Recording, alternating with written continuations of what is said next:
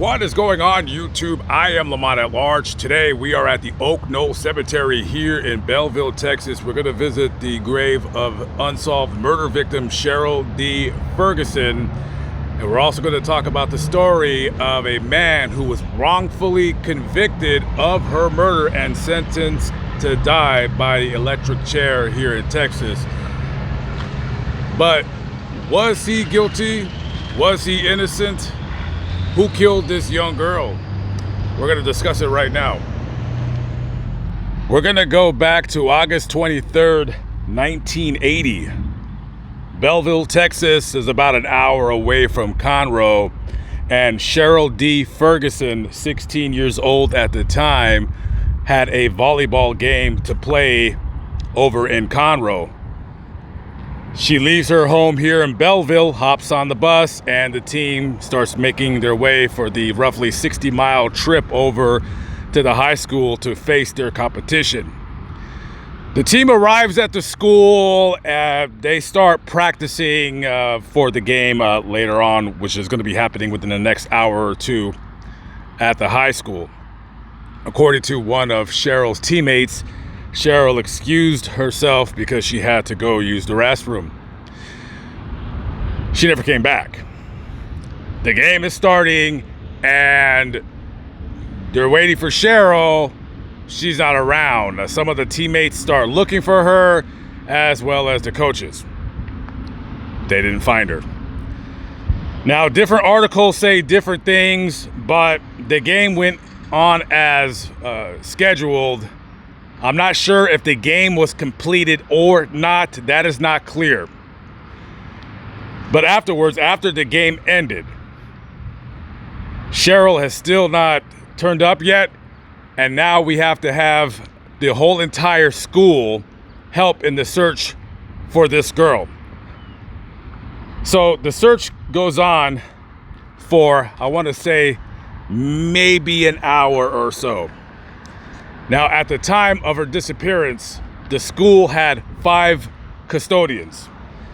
It was Clarence Brandley, Gary Ackerman, Sam Martinez, Henry Peace, and John Sessom. Two of the men discovered this girl's body. It was in some kind of a loft area, kind of like an annex separated from the gym. Now, stories like this, you're gonna have different people saying different things and having a different view of the circumstances leading up to finding her body. So 2 of the custodians, Henry and Clarence, they find this girl in that annexed loft area in the gym. She's already dead. Back in those days, they didn't declare people dead at a hospital. They would sometimes just do it at the scene. Things changed, obviously. So immediately, 911 is called, and paramedics, police, Conroe police, they come to the scene, and it is now quite obvious that Cheryl is dead. Now you have a police department conducting a crime scene. Now they start gathering evidence from Cheryl's body. There's some kind of a ligature strangulation mark, looks like to be a belt around her neck. There's a little bit of blood on her blouse. And then when they start inspecting her body, they find a couple different pubic hairs. 2 of them, what it looks like to be black pubic hairs. Now, immediately, the police start suspecting Clarence Brantley of the crime. We're going to go a little bit further into what their thought process was about that. I don't know why, but Henry Peace and Clarence Brantley, they're immediately thought of as the main suspects, probably because they're the ones that found her body.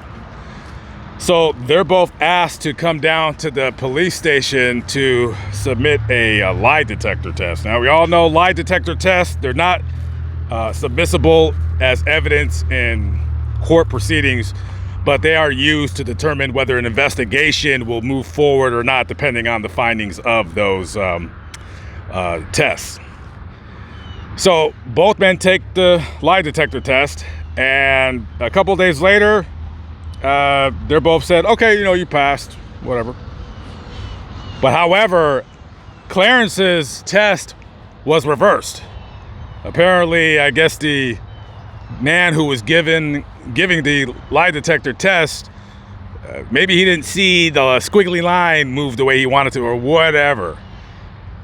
So they bring Clarence back in again, and they said, yeah, remember when we told you that you passed the test? Well, you actually didn't. There was some deceit in the test. Of course, Clarence is denying he has anything to do with the murder. However, the man in charge of the investigation, Texas Ranger Wesley Stiles, thinks otherwise. Now, reportedly at the station, Ranger Stiles is questioning both Henry Peace and Clarence Brantley about Cheryl D. Ferguson's murder. And he's grilling them, and both men are denying any involvement in the case. Now, according to both men, Ranger Stiles tells both of the men, one of you is gonna hang, and he turns around and looks right at Clarence and says, quote, and since you're the nigger, you're the one elected.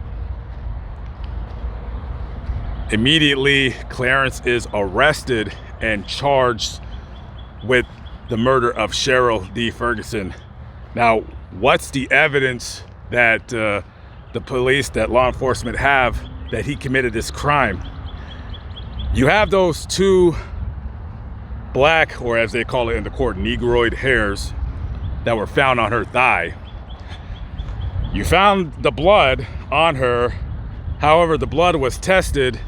It was type A. I believe Mr. Brantley was type O. Later on, it would come to find out that it was actually Cheryl's blood. They did a background investigation on Clarence's arrest record. He was a military vet. He did have one arrest on his record. It was a charge of either brandishing or holding an illegal weapon. However, that was brought up in the courts because supposedly Clarence had sexually assaulted and or raped a woman. Those charges were dropped, but the illegal weapon, they convicted him on. So you have that. Now, I don't know if they contacted the supposed victim of this crime. I have absolutely no idea. So they have that. They have the statements from the other janitors where they said that for about the 30, 45 minutes, 1 hour or so that they were looking for her, everybody was accounted for. As she disappeared, everybody was, I guess maybe they were hanging together, or everybody knew where everybody was. Maybe they're in the same room or something like that. And Clarence wasn't. Clarence had told the police that he was by himself in a room smoking cigarettes and listening to the radio. Now, at the time, Clarence was the supervisor of all of the custodians that in the school. And the other custodians said that he was the only one that had keys to that loft or annexed area where her body was found. But then other people said that no, there was other keys. I mean, he's the supervisor, so yeah, of course he has the big old jangling keys on that big old key ring thing that a lot of janitors carry. But there are other copies. But the police are focusing in on Clarence Brantley because they're thinking from his past arrest for that illegal weapon stemming from the supposed sexual assault, that he can't be accounted for. He just happened to find her body, of all places, in that area. And I guess law enforcement at the time felt that they had enough evidence to bring him to trial for her murder, which is exactly what they did. In December of 1980, you have the trial. Clarence Brantley is up on the murder of Cheryl D. Ferguson. Now, you have the prosecution's witnesses, all four custodians, said that, they hadn't seen Clarence Brantley prior to Cheryl's body being found 30 or 45 minutes beforehand. He was unaccounted for. And you had two of the custodians who basically implicated Mr. Brantley, saying that they saw him follow Cheryl up the stairs, up into that annex section of the gym, followed up right after her. And you also had another custodian who said that as Cheryl was going to the bathroom, that Brantley kind of followed her. And then one of the custodians said, you can't go in there, there's a girl in there. And he said, oh, I'm going to the boys' bathroom to refill the toilet paper dispenser. So you had these two guys implicating Clarence. You had the other two guys saying that they seen this, that they seen that, that nobody knew where this guy was because he was in the room, the office, smoking cigarettes, listening to the radio. And then also you have the prosecution, who doesn't really have much evidence. There was semen found on Cheryl's body, but they didn't have it. It was destroyed. I guess the coroner's office said that the police didn't ask them in time, and the evidence was destroyed, along with any possible fingerprint evidence. Okay. So we have that. That's not looking too good for the prosecution's angle on convicting this guy of her rape and murder. And then you got the prosecutor during the closing arguments saying that Clarence's second job was working at a mortuary, and that he basically kind of implicated, Clarence on possibly being a necrophiliac. Yeah, he likes to have sex with the dead. Now, there's no proof that he does that, and Clarence wasn't really an employee of this funeral home. He just more along the lines just did like odd jobs for them, and it is not believed that he would have access to the area where the bodies were kept. Now in Texas, you need unanimous jury verdict to reach a guilty charge on these cases. And it was an all-white jury, and 11 juries voted to convict Clarence, but there was one holdout. One guy basically said, he's like, this, there's no semen evidence, there's no blood, there's no fingerprints. A picture that the prosecutor took of Clarence right after they found their body, there's no belt that would be the supposed murder weapon. There was no belt found with him, so there was no murder weapon ever recovered. And so the prosecution went in and tried him again a second time for the murder. And according to a janitor who used to work at the high school in Conroe, who was later fired, claimed that during some kind of sports event involving girls, he said that, not to quote him, but basically he said that a bunch of white girls had passed Clarence, and he retorted, quote, "If I got one of them alone, no telling what I would do," unquote. Okay, that's creepy. Definitely something that you could look at and say, okay, this guy is bare minimum a perverted weirdo. Is he a murderer? Is he a perverted weirdo that acted out on his on one moment's indiscretion of saying something kind of something of ill repute and disgusting and foul. But who knows? Now you have that along with the same custodians kind of implicating Clarence, except for one of them, John Sessom. He wasn't no longer going in on the matter. He was no longer interested in being a witness on the prosecution team, because he recanted and basically said that what happened is not true, that maybe he's having second thoughts about implicating Clarence in this matter.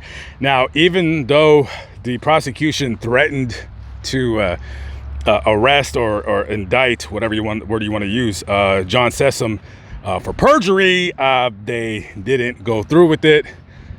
However, even though he did not testify in the second trial, this time the all-white jury found Clarence Brantley guilty of Cheryl's murder, and they sentenced him to die via the electric chair. Okay, so justice was served. We got a man convicted of a disgusting crime, and now he's going to pay for that crime with his life. Looks like the law prevailed, right? Not exactly. So now we're going to start hearing about people changing up their stories about what really happened. And also, like I said earlier, yet again, the evidence against Clarence was weak at best. I mean, first of all, when they got him, when they discovered her body, he wasn't seen with a belt.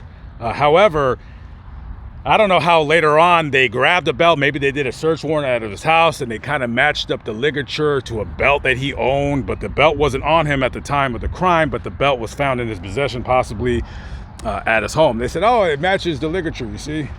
This guy obviously did it. And of course, they're bringing up his illegal weapons charge, letting the jury know this guy is a guilty POS, whatever you want to call it. And then a couple years after he's convicted, maybe 18 months, 2 years, a woman hears about this story going on here in Texas about a black man who was convicted of murdering a white teenager. Her name was Brenda Medina. So she contacts the court and she's like, you know what? Actually, there's a problem. My ex-boyfriend, James Dexter Robinson, he told me, because they were together at the time. I think they had a child together, and James did not want her to have this baby. She ended up having it anyways. And she says, well, as my ex-boyfriend left town, he told me about a similar crime that he committed back in 1980, and that that's what he said. So somebody tells you they committed a dastardly crime, and you don't say anything until like 2 years later when you happen to hear a similar crime took place. So the lawyers for Clarence get her in to give a sworn written statement and a deposition or whatever, and she states what he supposedly told her. And they also get James to come in and give a statement. He would later go on during a exculpatory evidence hearing, hopefully I said that word right, that he would give his own version of him saying that, which he did say, oh yeah, I said it. Yeah, I said that I committed a crime. But the only reason why I said it was to scare her off, or to scare her into not having the baby, or some stupid, ridiculous, nonsense reason. And then also now you're going to have a couple people recanting their statements from earlier on, and saying things that they didn't say in the previous court trial. Now, during the exculpatory evidentiary hearings, you have a couple of the custodians changing their tune, so to speak. John Sessom, the one who testified against Clarence at the first trial, but refused to take the stand in the second trial. Now, during these taped depositions, now he has this totally different story. He says that the other custodian, Gary Ackerman, followed Ferguson up the stairs, and he heard her screaming. And then afterwards, Ackerman came down and he warns Sessom, you didn't see anything, you didn't hear anything, or else. Oh, okay, so that happened. So in the first trial, you were implicating Clarence, but now during this hearing, now you're totally blaming somebody else for her murder. And then Gary Ackerman, well, he has a different idea of what really happened.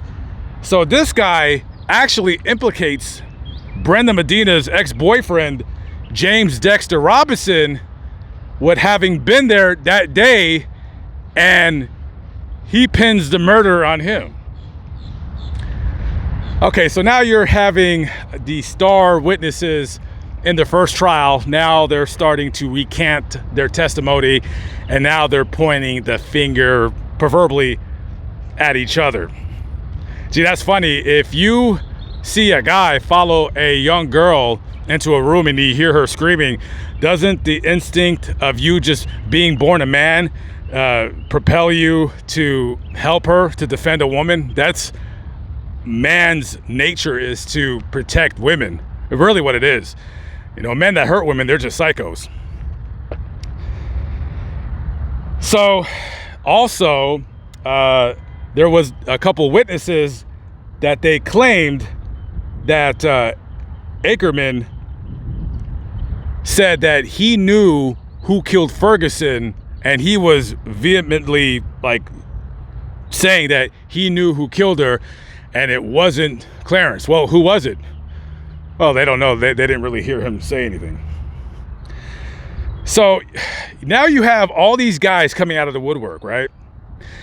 And then you don't have a rape kit, because I don't think either one was done or the evidence was destroyed. You don't have the pubic hairs anymore. And remember, earlier in the video, I stated that there was 2 different sets of pubic hairs, and neither of the hairs matched either of the custodians who originally found Cheryl, which was Clarence Brantley and Henry Peace. Oh, and by the way, Henry Peace, well, he has a little bit of a past himself.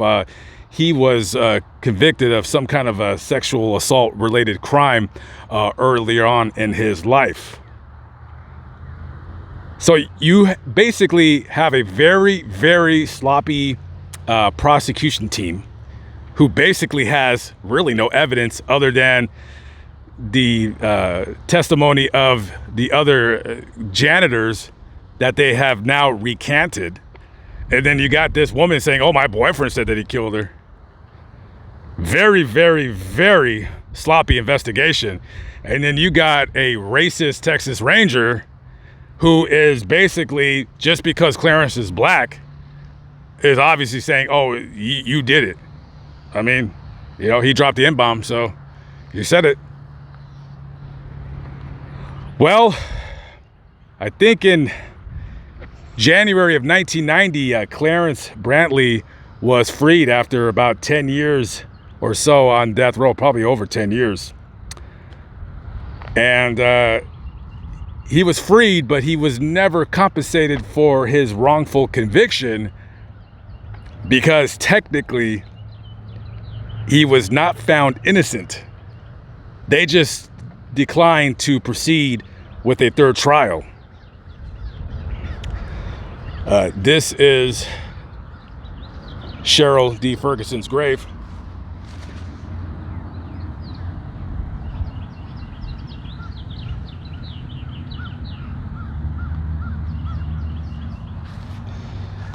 Next to her is her mother, Sylvia. She died about a year and a half before her daughter. And this is her grandfather, C.D. Ferguson. Her father is buried in the same city, but he's in a different cemetery. I'm not sure why that is, but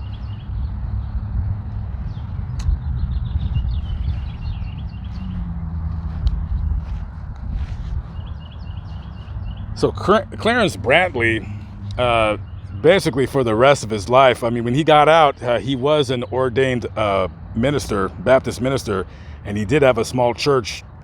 But for the rest of his life, other than doing the church thing, he just held like a series of odd jobs.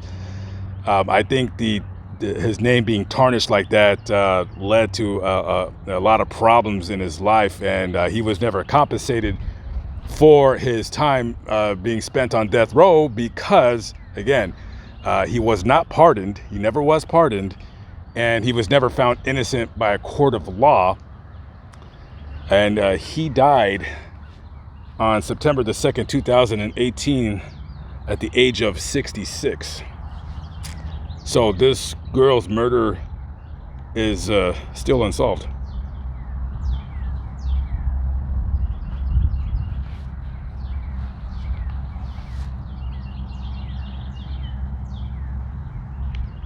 "43 years later, this case is still not solved yet. I know it's a shot in the dark. More than likely, the perpetrator of this crime is long dead.